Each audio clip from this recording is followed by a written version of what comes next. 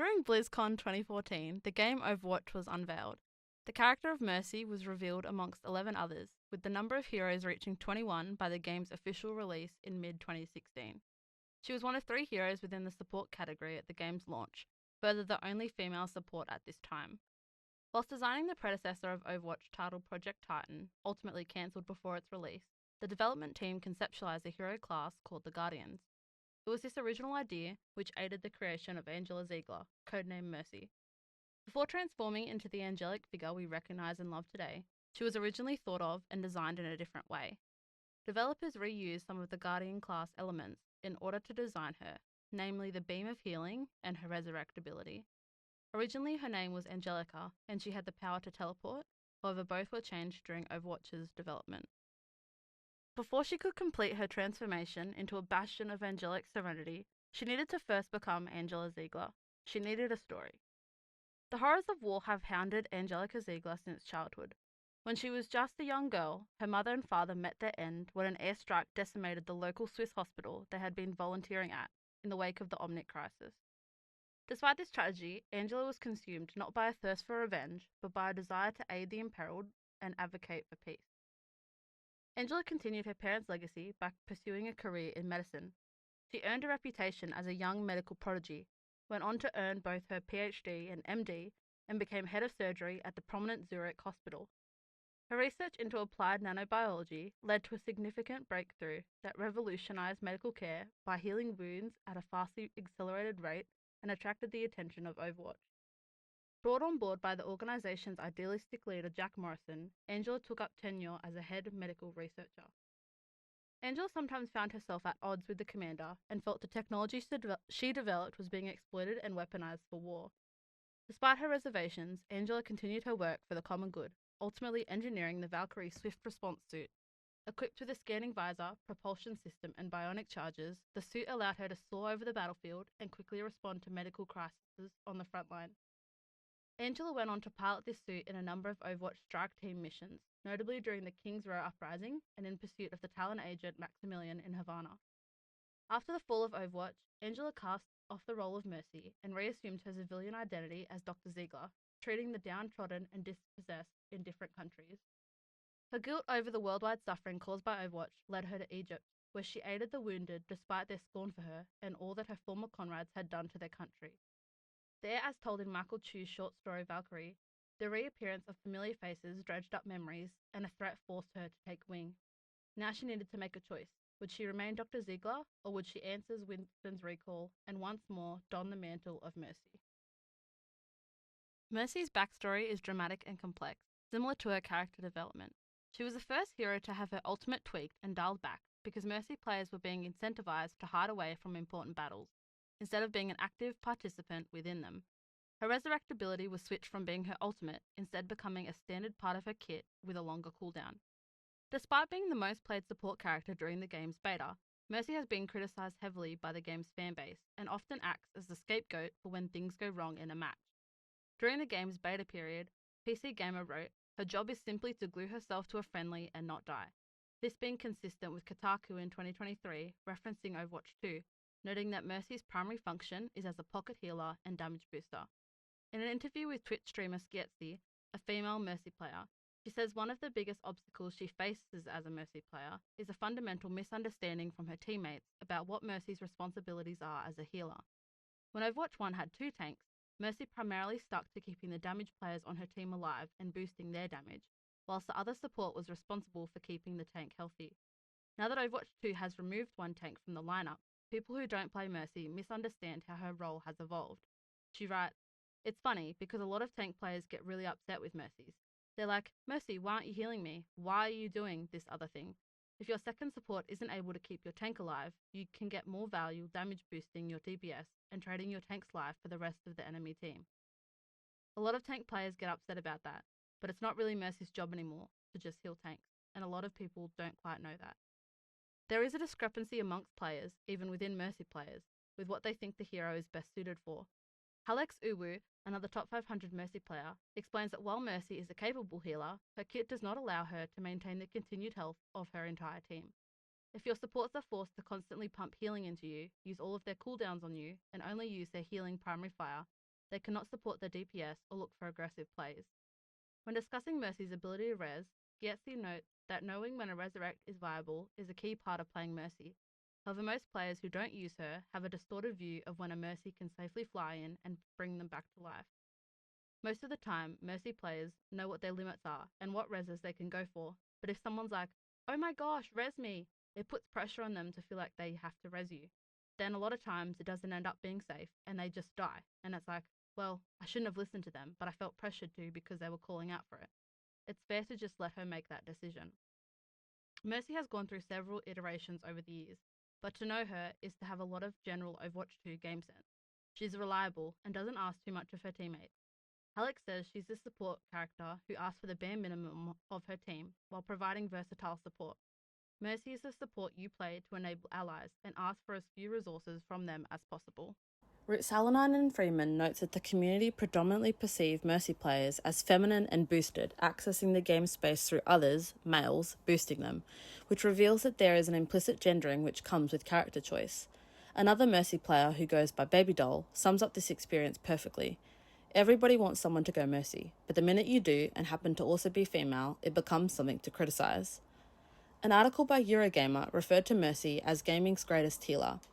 In the week of the game's launch, IGN noted that Mercy was amongst a short list of characters who were more popular than others when it comes to fan art. Polygon highlights that her witch skin, created for Overwatch's Halloween-themed event, was extremely popular. Further, there was a voice line that was used within the themed event mode, which despite being initially not paired with the witch skin, was able to be petitioned by fans successfully, resulting in Blizzard including the voice line when the skin was equipped in regular games. After hundreds of posts on the Blizzard forums petitioning for the change, Overwatch director Jeff Kaplan showed up to deliver a short but welcome response. Okay, ETA, mid-November. Kaplan's short and timely response to the community's Mercy petition highlights the positive communication between developer and gamer. This is an interesting example of the way that paratext has the ability to change game text and the power that players have in changing and evolving game text. It is an unfortunate fact that attractive female characters in video games, more often than not, are sexualized or predominantly viewed through a sexual lens. If Mercy isn't being criticized, she's being sexualized. I just want to quickly issue a trigger warning here because we are going to be talking about sexual themes. Please use personal discretion.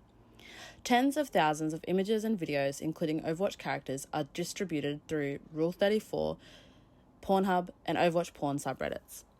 In 2022, Overwatch was the second most searched for game on Pornhub, with Mercy being the fifth most searched video game character. Mercy has also been cited as a commonly picked character within the heel slut community, a community which engages in dominance and submission roleplay, both in-game and externally. Winky writes, "Equip the angelic healer Mercy with her imp skin, spray paint an arrow on the wall, and crouch beneath it. If you're lucky, a tank will walk up to you and emote understood. You'll serve them dutifully and wait for the private message after the match." He continues that the Heel Slut subreddit almost entirely consists of handmade Mercy tributes, which itself dovetails out of the plethora of animated porn based on the game's characters. In 2016, the subreddit had 1,600 members. However, in 2023, it now sits at a staggering 161,000 members.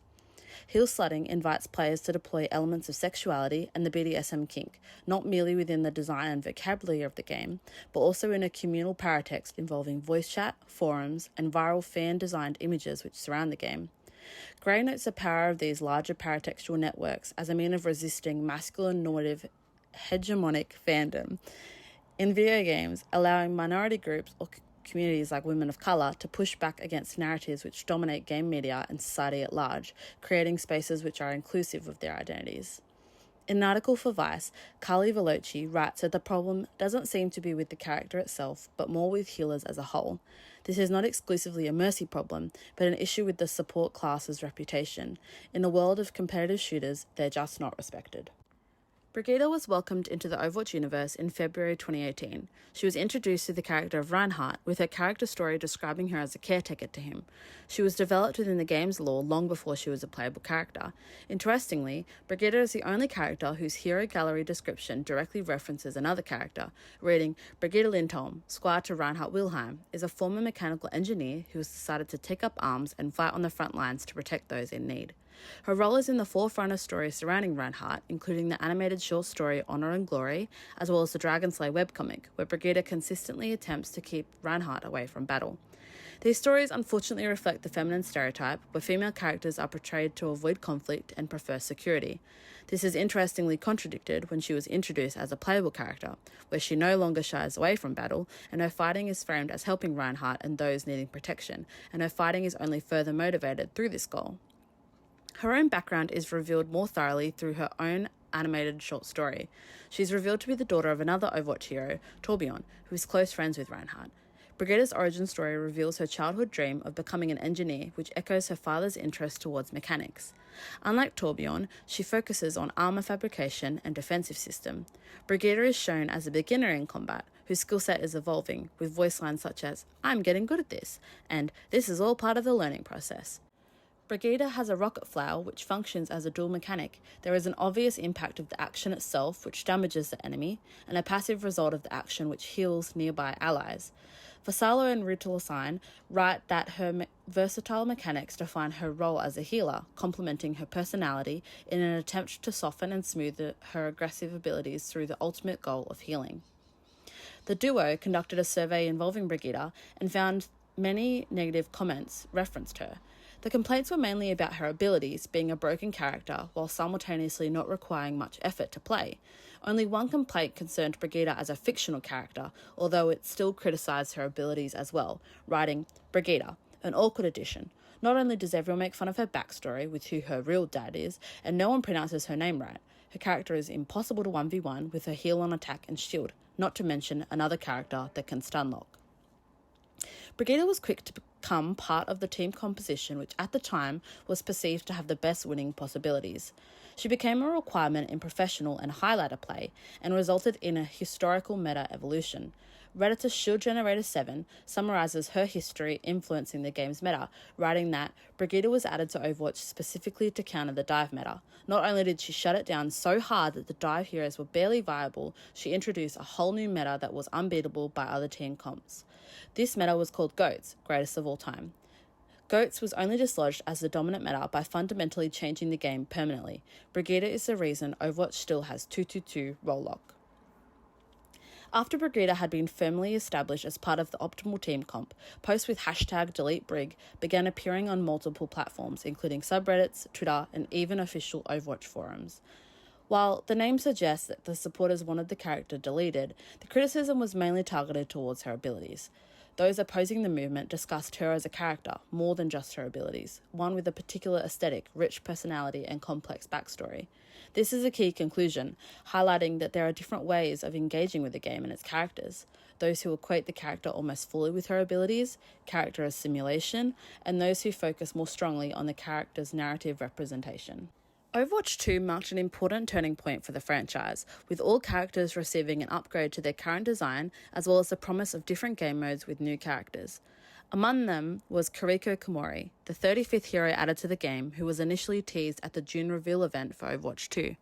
Kiriko had been rumoured and leaked from as far back as 2019, being commonly referred to as Kanazaka Foxgirl amongst the community. She was released on purchase of the Season 1 Battle Pass, or also was unlockable at Tier 55 on the free track within the Battle Pass. Players who owned the original Overwatch were also given Kiriko immediately through a freely given Founders Pack. Similarly to Brigitte, Kiriko was also connected to pre-existing characters, through being a family friend of brothers Genji and Hanzo. She received both an animated origin story and a short, which details her troubled upbringing in Japan. Character design stems from another character, which was originally created for the PvE component intended to come with Overwatch 2. She was originally armed with a massive throwing star and had a more traditional ninja-like appearance. This was eventually merged with the traditional dress of a Shinto shrine maiden and more modern streetwear aesthetics. While her kunai are ninja tools, her other abilities primarily stem from objects which are associated with Shintoism. Afuda are paper talismans, kitsune are fox spirits, tori are traditional gates which mark the entrances to sacred sites, and zuzu are sacred bells used to ward off evil. Overwatch 2's narrative designer Kye-Sung Min writes that our goal with her story was to celebrate the powerful women on our roster. Kiriko is a strong human with strong values and convictions. She respects tradition to honour her grandmother, whilst also being a symbol of change, adaptation, and progress similarly to her mother. Being the first support character added to the game in over 3 years, Papaya notes she was seen as sort of the mascot of Overwatch 2. Overwatch has been praised by many for creating a character pool which is diverse in both race and sexuality. However, many criticise Kiriko's design as leaning too heavily into Asian stereotypes, with Taylor Hatmaker from TechCrunch saying that her Asian depiction was expressed in a way that's a bit over the top, culturally speaking. Similarly, Brian Hendershot with The Gamer writes that the problem with Kiriko was not her depiction as yet another honor-bound, semi-mystical, ninja-esque Japanese warrior, or the way she merges traditional and contemporary motifs within her design, but instead how Blizzard relies on tropes that are overused when approaching her Japanese background. He continues that legitimate fleshing of her character is tucked away in places where less people will see them: tags, character portraits, and lore videos. Tech Radar's Ellie Gould states that Blizzard has done a disservice to Kiriko's visual design because they have used a similar body type and facial features for her that have been used for other female characters in the game. The Overwatch team has unfortunately been called out for years for using similar faces for its female characters. On Brigitte's release in 2018, Reddit users pillow_1 highlighted this problem in a video, noting that Brigitte and Mercy have the same face. It is a terrible shame that almost 5 years later, Kiriko has done nothing to end that trend. Gould closes her discussion of Kiriko by saying, "A character with such an exciting story and design deserves her own identity." Similarly to Brigitte being tied to Reinhardt and Torbjorn, and even further Mercy to Genji, the backstory of Kiriko has been heavily criticised for being so connected to the Shimada brothers. Vixel Plain writes that it feels like Blizzard avoided building Kiriko her own unique backstory, with her instead being a mismatch of a kit that promised one thing and ties to existing male characters that forced her to become something else. Plain also notes that much of her disappointment stems from Overwatch's semi-successful previous attempts at creating well-established, relatable, unique women to populate its ranks. In conclusion, to put it simply, it is incredibly disheartening that females are still fighting for representation of strong female and femme-presenting characters that are unique and complex. Further, when these characters do get created, they continue to get reworked and nerfed due to their continued criticism, despite being undervalued and appreciated amongst their male counterparts entirely. Thank you.